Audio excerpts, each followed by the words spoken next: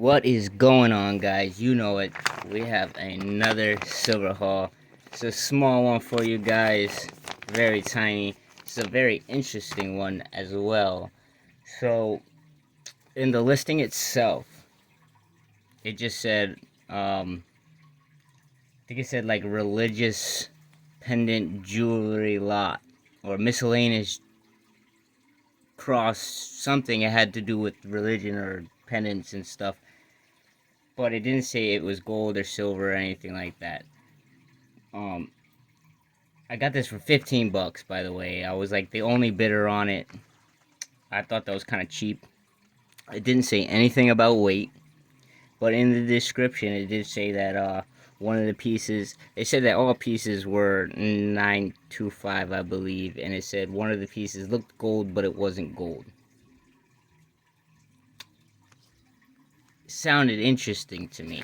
So let's check this out. So once again, I paid 15 bucks. That's including the shipping and all that. And with this one, since they said that, even though they said it was all tested, I don't know. The listing seemed kind of a little sketchy, and I got it for pretty cheap. So we have our scale, we have our scratch test, and we're gonna do some investigations. So, like I said, it's a small lot. First thing and foremost, like always, we're going to weigh it. We're still on grams. And let's just see what we have here. I've got 25.5 grams, so that's around what I'd pay for this amount.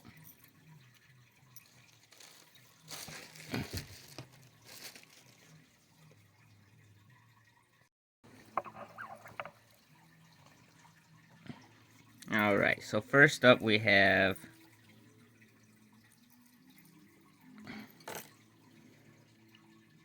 that would actually come untangled is we have a ring. It has a money sign on the inside, a money sign symbol, and a C. And then over here it says 925. Now, with something like this that might potentially be for resale, I won't test it the same way that I would test one of my own personal, like, to melt down pieces. Like my own personal stuff, like I won't even test it this way. I mean, the way that I would test meltdown stuff. Like with meltdown stuff, I'll take a file and I'll get deep in there, pretty deep, and then I'll do my scratch test. But with stuff like this, it's really nice. What I like to do is I just like to try to make a harder scratch. Try to get more material off, and I'll make a bigger one too.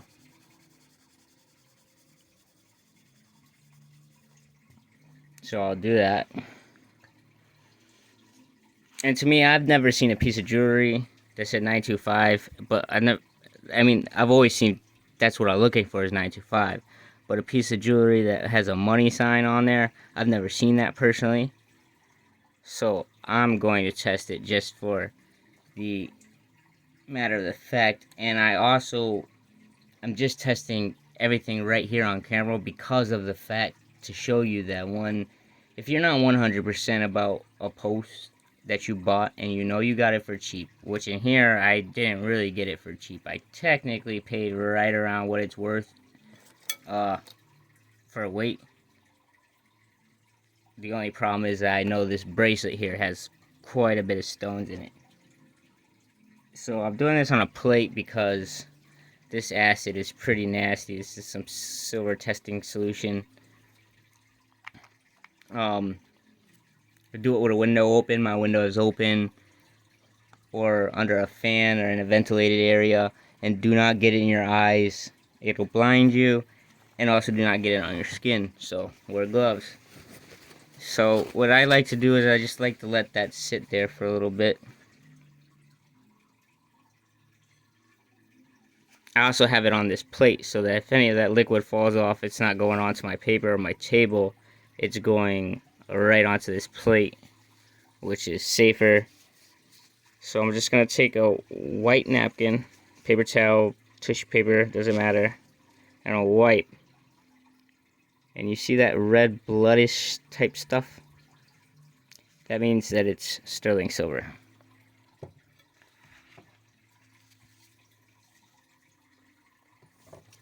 So we have one good ring that we're probably not going to melt down. We have this tiny, tiny little sterling silver. It says sterling, so we're not going to go waste time and test this as of right now. We'll research it and everything. If it's worth resale or if I can find anything about it, then we'll test it the way I just showed you. And then if I find out I'm just going to melt it down, then we will test it more drastically. And this one I can already see. Well, nope, that was just some dust on that enamel painting. But it's a tiny, tiny, tiny little cross. It's a nice one.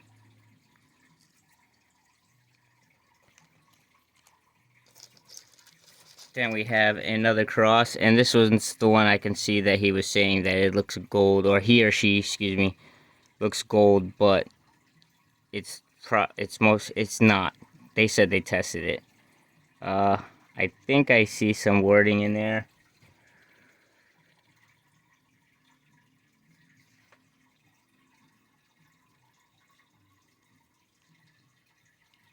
And there in the middle, you see in there. But I cannot see the gold look is kind of faded on it.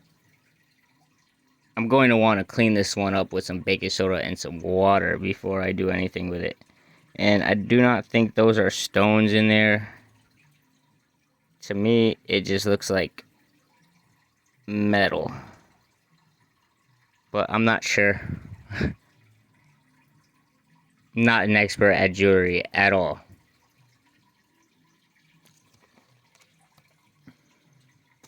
Next up, we have a chain attached to a cross where it looks like, oh, poor guy, Jesus has fallen off of the cross. Man, his hands are broken off, so we definitely can't fix this one.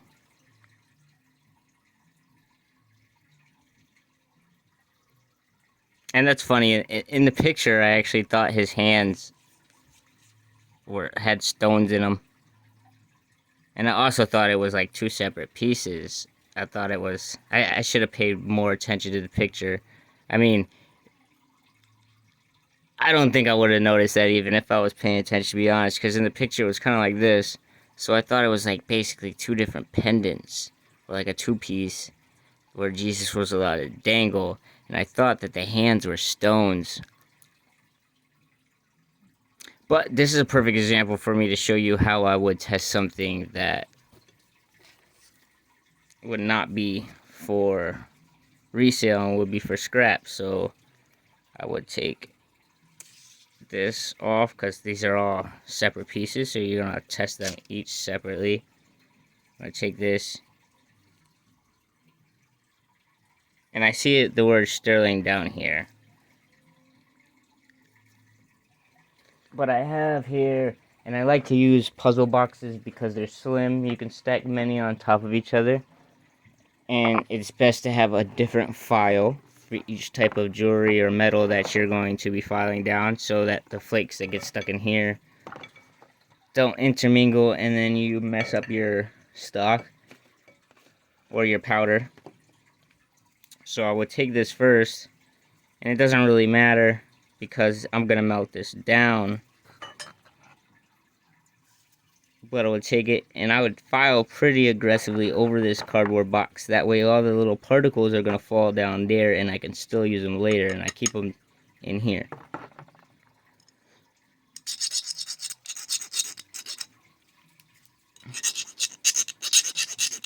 And I'm filing pretty deep because I know I'm not gonna resell this, and I really want to get down to the bottom of whatever is in there. So we have this.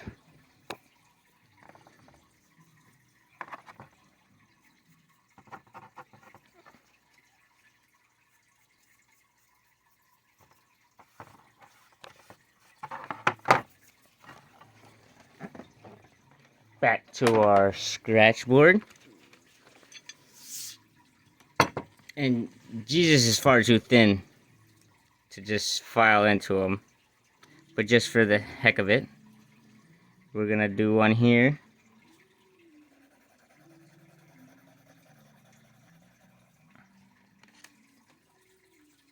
And on the side that we just filed down, I don't need to really worry about making a big one because I am at the base of all the metal that's in there.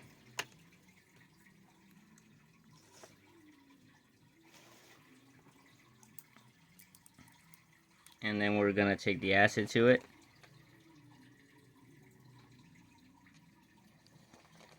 Let it sit for a couple seconds. And this is brand new acid. Obviously, the older it gets, and I think it has a shelf life of only a year, but the older it gets, the longer that reaction is gonna take to happen.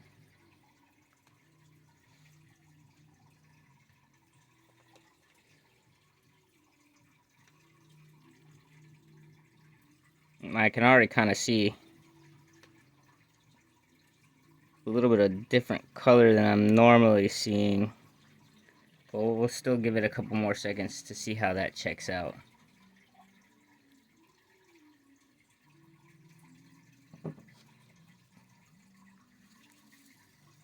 Take a beer break. Alright, I think we waited long enough. I can see most of that silver scratch is gone over here. I'm gonna go ahead and just grab a whole new napkin.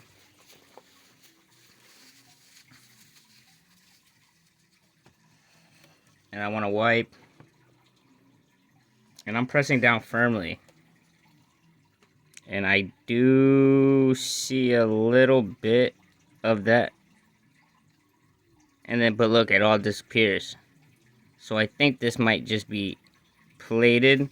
Or what somebody has done is this is probably a stainless steel pendant. And I could kind of already tell when I was filing it that it was pretty...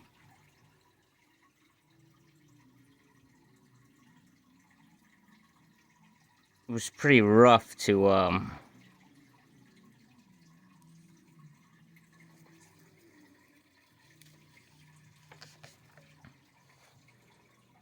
scratch. And there is kind of a difference in the feeling of the different metals when you scratch them on this stone. I'm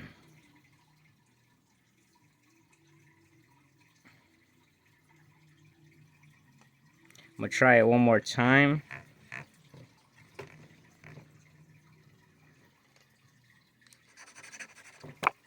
And I can still feel, you see how there's even a difference in the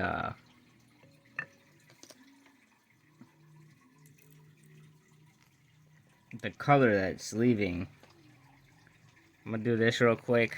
I just want to clean up the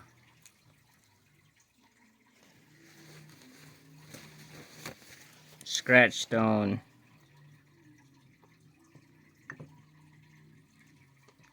Of any residual pieces that might be left over.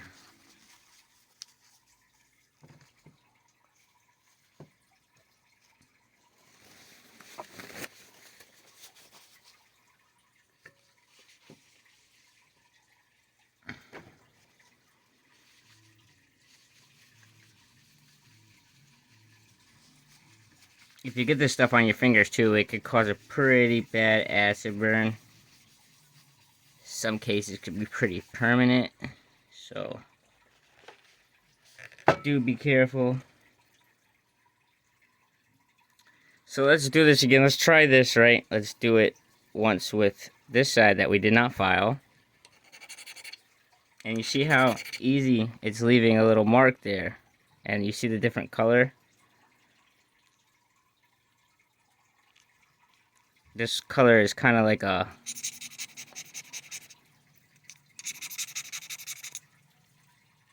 almost brassy or gold color. Oh, but now this one is scratching a lot more like sterling. And this is why I like to do multiple tests. As a matter of fact, let me go get my magnet. Alright, back. So here we have, which is called a neodymium magnet, or also called, if you were like looking up on Amazon and you forgot how to say neodymium, you could just look up rare earth magnet and you'd find them. This one actually came out of a broken hard drive.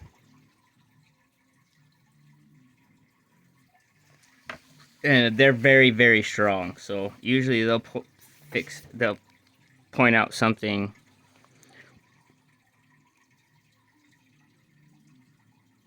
that's any type of magnetic. Yeah, see, I'm not liking the results of this piece here. I don't think this is silver. But then here, you do see a small trace of the red. So I think, to me, that tells me that, and I can see silver particles on the paper, like silver glitter, and that's telling me that this is sterling plated, I believe.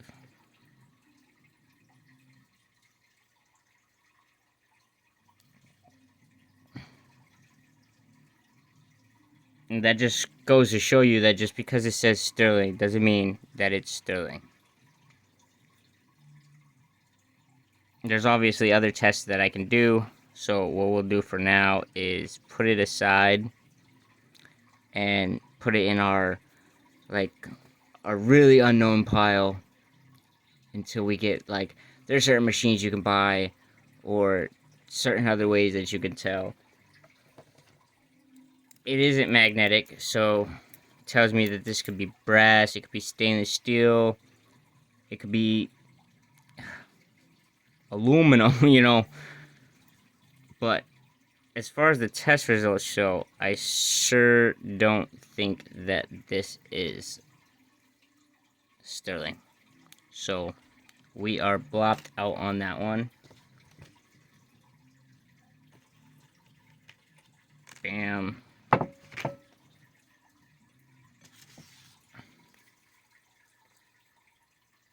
We have this chain.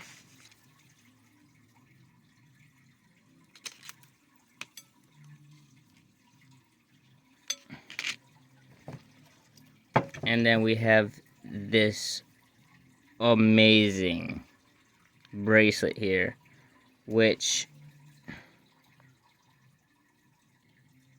also I very much question now. It's very heavy, but there's a lot of stones in there. It does say, and this is the last piece of this a lot. I saved the best for last. I see CK JJT 925.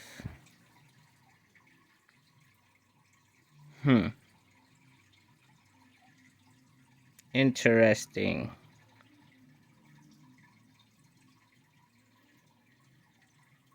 Interesting.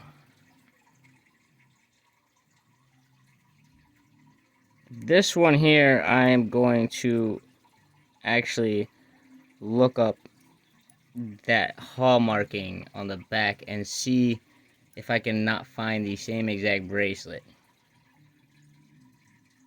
But there you guys have it. Thanks for watching. Hope you guys enjoyed. Be safe out there buying on eBay, and be safe out there in the public. Have a good one.